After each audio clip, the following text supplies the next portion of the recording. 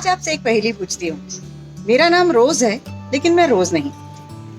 रोज को बहुत ज्यादा केयर चाहिए, लेकिन मुझे बिल्कुल नहीं। रोज सर्दियों में उगता है, लेकिन मैं गर्मियों में उगता हूँ। बताइए मैं कौन हूँ? लेकिन अगर आपने टॉपिक देख लिया था तो भाई ये चीटिंग है, ये फिर गलत है। आंसर है moss rose, table rose, office time, portulaca, 9 to 5। कितने सारे नाम है मेरे। मॉस रोज या टेबल रोज मुझे इसीलिए कहते हैं क्योंकि ये छोटे छोटे गुलाब के जैसा दिखता है, लेकिन एक्चुअली इसका नाम है पोर्चुलका। हर कंडीशंस में खुश रहने वाला, आपकी लापरवाही जितनी ज्यादा करेंगे उतना ज्यादा ये आपको फ्लावर्स देगा, ऐसा पौधा है ये पोर्चुलका या मॉस रोज। आज इसके सभी एस्पेक्ट्स पर बात करने वाले हैं। मैं Anjana, welcome to Amlan creations by Amlan बा। इसमें दो किस्म की वैरायटीज होती हैं। एक देसी होता है जो नॉर्मली 2-3 कलर्स में ही आता है। सफेद मिल जाएगा, पिंक मिल जाएगा या मजेंडा मिलेगा। एक होती है हाइब्रिड वैरायटी जो थोड़ा ज्यादा गुथा हुआ फूल होता है, काफी रोज से सिमिलर दिखाई देता है, थोड़ा बड़ा होता है और शेडेड होता है। दूसरी बात पे चलते हैं, इसको कैसी सनलाइट चाहिए।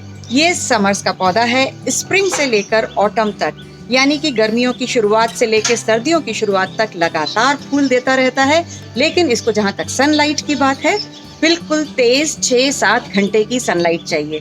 वो सनलाइट जो आपके लिए भी बहुत हार्श है, मॉस रोज उसको बहुत आसानी से बर्दाश्त करता है। और जितनी ज्यादा सनलाइट में रखेंगे उतने ज्यादा फूल देगा। अगर आपने इसको शेड में रख दिया तो इसमें पत्तियां बहुत दिखाई देंगी, लेकिन फूल नहीं आएंगे। अब बात करते हैं तीसरा एस्पेक्ट, वाटरिंग। बहुत धूप चाहिए लेकिन पानी कम चाहिए। कितनी उल्टी चीज है। जब दें तो भरपूर पानी दे दीजिए और उसके बाद उसको सूखने दीजिए आराम से। इसको कोई बहुत ज्यादा पानी की जरूरत नहीं होती है। जितना ज्यादा पानी देंगे पत्तियां बढ़ती जाएंगी, फूल कम होते जाएंगे। जितना कम की तरफ पानी देंगे उतने फूल ज्यादा आएंगे। चौथी बात करते हैं इसकी सॉइल मिक्सचर की। इसका सॉइल मिक्सचर बहुत ज्यादा वेल ड्रेन्ड होना चाहिए। इसका मतलब आप इसकी मिट्टी में जो गार्डन सॉइल और कंपोस्ट तो मिलाते ही हैं, लेकिन उसमें सैंड बहुत ज्यादा मिलाइए। ऑलमोस्ट 40% सैंड मिला दीजिए, 30% गार्डन सॉइल और 30% कंपोस्ट। ये जो मिक्सचर हमारा बन जाता है, ये मॉस रोज के लिए परफेक्ट है। वेल ड्रेन्ड सॉइल होनी चाहिए, पानी दिया और निकल गया। रूट्स को सॉगी रहना बिल्कुल पसंद नहीं है।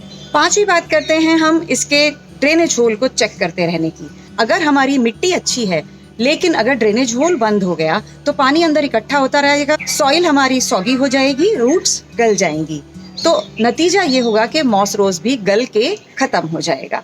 चेक करिए, कभी भी आपने देखा कि पानी देने के बाद बहुत दिनों तक मिट्टी गीली है तो जरूर ड्रेनेज होल ब्लॉक्ड होगा। नतीजा ये होगा कि रूट्स गल जाएंगी और पौधा मर जाएगा। एक और चीज होती है प्रूनिंग। ये एक वीड है, एक तरीका का, एक वाइल्ड ग्रास है जो अगर ऐसे फैलता है तो 1.5-2 फुट तक चला जाता है। इसकी ऊंचाई करीब 7-8 इंच चली जाती है, लेकिन ये हॉरिजॉन्टली फैलता है। तो जब इस तरीके से फैल के अपनी रूट्स ये डेवलप करता रहता है और फैलता जाता है, तो हमें इसकी प्रूनिंग करना बहुत जरूरी है। जैसे ही एक स्टेम इतनी लंबी गई है इसकी, तो उसको काट दीजिए। काट के आप अपनी कटिंग्स लीजिए और नए पौधे बनाइए, ताकि वो घना होता जाएगा। अदरवाइज होगा ये कि लंबी लंबी 8-10 टहनियां लटकती रहेंगी और पौधा घना नहीं होगा। तो मॉस रोज को बुशी बनाने का ये सीक्रेट है कि टाइमली उसकी प्रूनिंग करती जाइए। जो भी टहनी जरूरत से ज्यादा लंबी दिख रही है उसे प्रून कर दीजिए और अपनी नई कटिंग लेकर के नए पौधे बनाइए। 7वां और बहुत जरूरी पॉइंट है, इसके जो स्पेंट फ्लावर्स होते हैं, जो फ्लावर्स सूख चुके होते हैं, उनको हटाना भी बहुत जरूरी होता है। इसके लिए गार्डनिंग की टर्म है डेड हेडिंग। तो जो भी सूखे हुए फ्लावर हैं, जो खत्म हो चुके हैं, उनको इस तरीके से कभी भी आप एक साथ पानी देते देते इनको निकालते जाइए, ताकि जो एग्जिस्टिंग फ्लावर्स हैं उन्हें ज्यादा एनर्जी मिलेगी और इसमें पौधे की एनर्जी वेस्ट नहीं होगी। क्योंकि जिस ब्रांच पे अभी एक बार फूल आ गया उस पे बहुत समय तक नहीं आएगा, तो उसको हटा भी दीजिए, वो प्रून भी हो गया, वहां से घना भी हो जाएगा। तो एक पंथ दो काज। जहां तक इन्फेस्टेशन का सवाल है, मैंने मॉस रोज में कभी भी कोई कीड़ा लगते हुए नहीं देखा। शायद एक वजह ये भी हो सकती है कि मैं ड्राई एरिया में रहती हूँ, ड्राई क्लाइमेट में है। जहाँ पर थोड़ा सा ह्यूमिड क्लाइमेट है, वहाँ हो सकता है कि कभी आपको ऐसा लगे कि कुछ इन्फेस्टेशन हो रहा है, कोई इंसेक्ट अटैक हो रहा है। तो जैसे हम नॉर्मली सब पौधों में नीम ऑयल स्प्रे करते हैं, फोर्टनाइटली हर 15 दिन में नीम ऑयल स्प्रे कर दीजिए। तो जो ऐसे एरियाज हैं, ह्यूमिड एरियाज हैं, वहाँ इन्फेस्टेशन की या कोई इंसेक्ट अटैक की प्रॉब्लम नहीं रहेगी। एक पॉइंट है इसका प्रोपोगेशन, जो कि बहुत बहुत बहुत आसान है। आप चाहें तो एग्जिस्टिंग पॉट में से निकाल के रूट समेत इसके 2-3 टुकड़े कर करके और इसको अलग अलग गमलों में मल्टीप्लाई कर सकते हैं। और दूसरा तरीका होता है कि इसकी कटिंग ले लीजिए और इसकी कटिंग को मिट्टी में गाड़ दीजिए। बहुत जल्दी विदिन 3-4 डेज आपको उसमें रूट्स नजर आ जाएंगी और नए पौधे बन जाएंगे। ये मैंने अभी 1 हफ्ता पहले कटिंग से ग्रो किया था। 1 हफ्ते के बाद ये कितनी ज्यादा ग्रोथ हो जाती है। अब इस समय हमें इसकी प्रूनिंग करना जरूरी हो जाता है। यहाँ से इसको काट लीजिए ताकि ये घना होता जाए और ये आपकी नई कटिंग्स बन गई। इनको या तो यहीं डाल दीजिए या किसी दूसरे गमले में डाल दीजिए, तो आपका पौधा और ज्यादा घना होता जाएगा। अब सबसे इंटरेस्टिंग चीज पर आते हैं और मेरा फेवरेट टॉपिक, इसको हम कहाँ कहाँ यूज कर सकते हैं। मॉस रोज को आप हर जगह हर तरीके से यूज कर सकते हैं। आप इसको पॉट में उगा लीजिए और इसको जितना चौड़ा करना चाहते हैं चौड़े पॉट में उगा लीजिए, तो हॉरिजॉन्टली वो बहुत बढ़िया बढ़ जाएगा। आपको कोई भी बेड कवर बनाना है तो आप इसको आराम से फैलाते जाइए और किसी भी एरिया का बेड कवर बना लीजिए। फूलों के साथ हरियाली हमेशा मौजूद रहेगी, कम से कम 6 महीने तक। इसके अलावा अगर आप वर्टिकल गार्डनिंग में जाते हैं, अगर आपके पास बैल्कनी है, छोटी जगह है, वहाँ आप हैंगिंग बास्केट्स लगा लीजिए। जब हैंगिंग बास्केट में लाइन से पोर्चुलाका लगता है तो बेहद खूबसूरत लगता है। और सबसे अच्छी बात है कि बास्केट्स ऊपर होती हैं, पानी देने में थोड़ी दिक्कत होती ही है बास्केट्स में, तो ये रोज रोज की मुसीबत खत्म।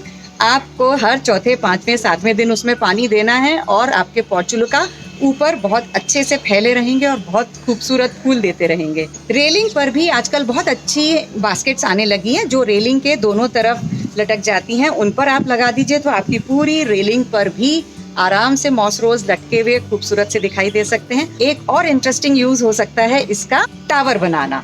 एक बॉटल में इस तरीके से छेद कर लीजिए और इसके अंदर आप अपनी एक वेल ड्रेन्ड सॉइल भरिए। इसके बाद इन सभी छेदों में से अपनी कटिंग्स को लगाते जाइए और इसको ऊपर भी थोड़ी सी कटिंग्स लगा दीजिए।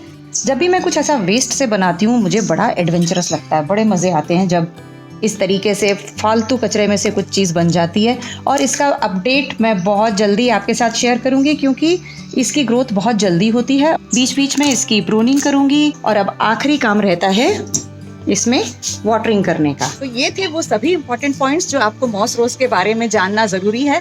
बहुत इजी टू मेंटेन पौधा है, हर घर में लगाइए। धूप अगर आती है तो ये पौधा आपका बहुत साथ देगा। और अगर ये वीडियो अब तक देखा है तो लाइक तो करना ही पड़ेगा और शेयर कर दीजिए क्योंकि बहुत अच्छा पौधा है, सब लोगों को उगाने दीजिए। और अम्लान क्रिएशंस को अभी तक सब्सक्राइब अगर नहीं किया है तो जल्दी से सब्सक्राइब करते हुए बेल आइकन दबाना बिल्कुल न भूलें। बने रहिए अम्लान क्रिएशंस के साथ। नमस्कार।